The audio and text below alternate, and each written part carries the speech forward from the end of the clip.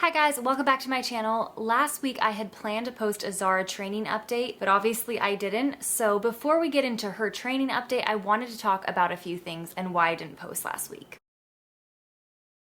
Training Zara with positive reinforcement has gotten very difficult. We've had quite a few setbacks and have seen very slow progress. Honestly, it's been pretty disheartening. I've been talking with Dr. Patricia Barrow-Eirick, who created the program that I'm using to train Zara with positive reinforcement, and so we do have some ideas going forward, but I'll talk about that later in the video. Something that got to me last week was the fear of posting a video and not having enough progress in it. This program is supposed to take 30 to 45 days, and I've clearly had Zara for longer than that. It is hard not to feel like a failure that I have not already completed this program. Part of the reason for that is that people often assume that just because I have 50,000 subscribers here on YouTube that I know what I'm doing. Even though I try to make it very clear that this is just a video diary of my journey with horses, I'm not a horse trainer, I'm not a professional rider, I'm just Marina. In fact, I actually made this channel to be about me and my horse Kamikaze. I actually named this channel Gypsy Equestrian because I wanted to travel the US on horseback and go to all the national parks and just be able to experience all of the beauty on the back of Kamikaze. But then, as you guys know, Kazi went lame and she stayed lame for over a year and the vet retired her. So that dream was shattered. There were some comments on my last video, the throwback video of me riding Kazi through the trails, which that was shot years ago because obviously Kazi is retired. But the comments were that I was a bad rider. And I just wanted to address that. Yeah, I am a bad rider. Surprise! Actually, not surprised, because what do you expect? I mean, I have had Kazi now for 4 years. She was only rideable for about a year and a half. A year and a half of trail riding, and I think I took a total of 30 lessons with her. You're not gonna get that far. That's the reality. I had to wait my whole life to get a horse.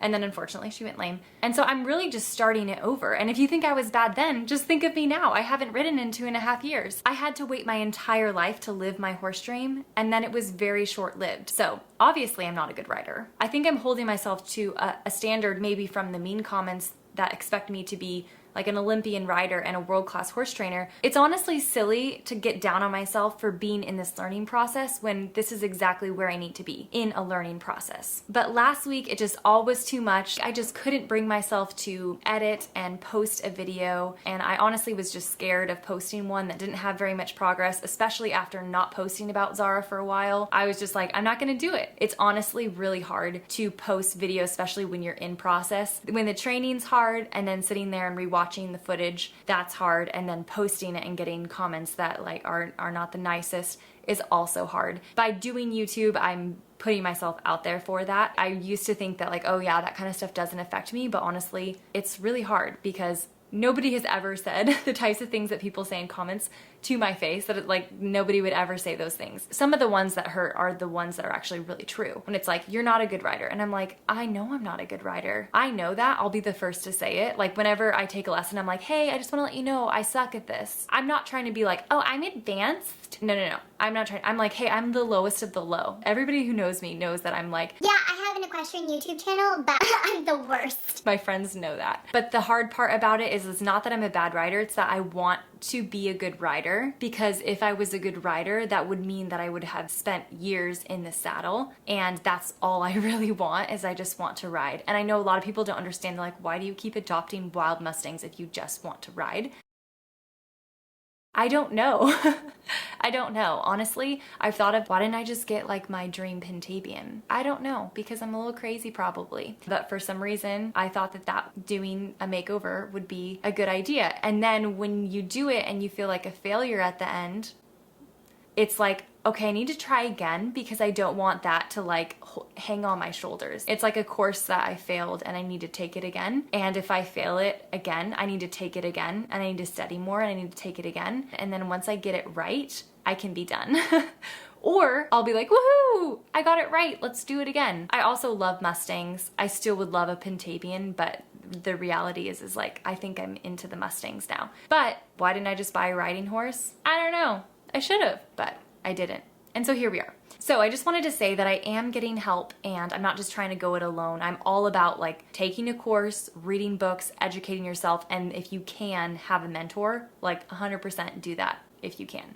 That's what I want to do. So I'm not just like trying to figure it out or like do random stuff with Zara. Like, it's very methodical. I don't want to ignore the 95% of you guys who are so sweet to me, and even just encouraging on that last post that I did of like, you're gonna get it, don't give up, we're praying for you. I really appreciated all of those comments. Without further ado, let's get into Zara's training. She actually made a lot of progress. It's just not a lot of progress for the amount of time between videos, if you know what I mean. But I'm actually really proud of the progress that she has made, so let's get into it.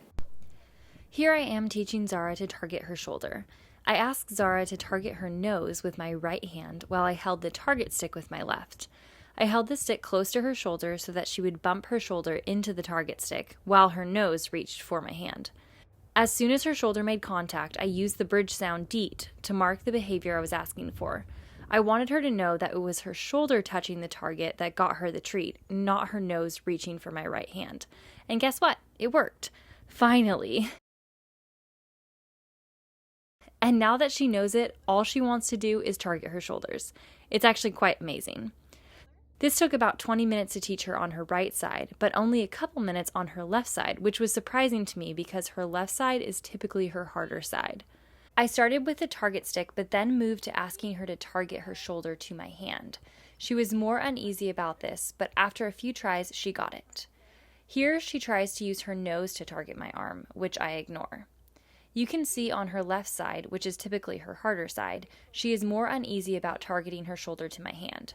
She does try hard though, and she keeps trying even when she gets spooked. Here I am asking more of her, and I'm getting more crossover steps. We even got a few full side passes where she crosses over both her front and hind. I'm very impressed. We also covered targeting withers and her side. Once she knew how to target her shoulder though, those two were very easy to teach. One of the tasks we are working on is desensitizing to ropes. This task is a big one. She needs to be comfortable with ropes touching her basically everywhere. Zara does well with the ropes from afar, which is why I started with the rope at the end of the whip, so that I could keep my distance. She's actually more worried about me being close to her than the rope. Targeting her shoulder has come in handy with basically everything new I'm teaching her. I'll ask her to target the new item before I try to touch her with it. It's been working out great. One of the subtasks for desensitizing with the rope is to let it drag alongside you, about a foot or so, while you liberty lead. I tried this and Zara really had a hard time with it. So I decided to start with her just following the rope on the ground, which actually took quite some time. Anytime she took a step in the direction of the rope, I marked that behavior and fed. When I got Zara, she seemed very calm, but she's had some character shifts in the last few months. You guys might remember her getting really spooky all of a sudden. I honestly thought that she might be blind in one eye because of the way that she kind of freaks out when something passes that left eye, and it's also very cloudy, but we still don't know. Whether she's having a hard time seeing or not, I just thought it's going to take her some time to get used to me. Well, time has passed and I've consistently worked with her with patience and positive reinforcement. But her big spooks and high stress levels have not changed. She is even stressed when no one is in or near her pen. For example, just the other day I was observing her and Zinfandel in the pen. Zinfandel sneezed and Zara spooked really big. That's not normal. She's obviously on edge and is trigger stacking. One of the things we think might be bothering Zara is her mouth. But of course we can't get her teeth checked. It is also possible that she could have a botfly infestation or worms. Kazi and Zara were both covered in botfly eggs. I was able to scrape them off of Kazi and treat her, but not Zara. If she did have a botfly infestation, it could affect her mouth and even her temperament.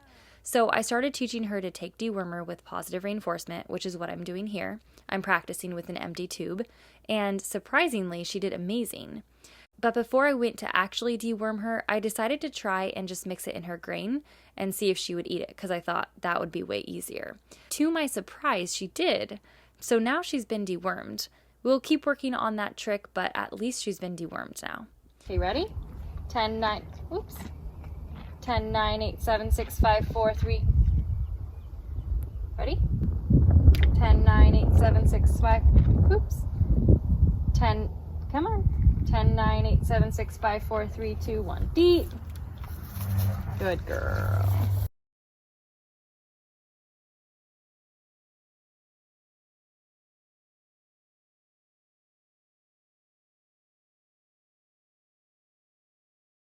Another thing I'm going to try to help her to relax is some calming supplements. If this girl can just take the edge off even just a few notches, that will help both of us tremendously. I looked up a bunch of different ones, and these two had a lot of reviews, so I'm hoping that they start to help calm her down.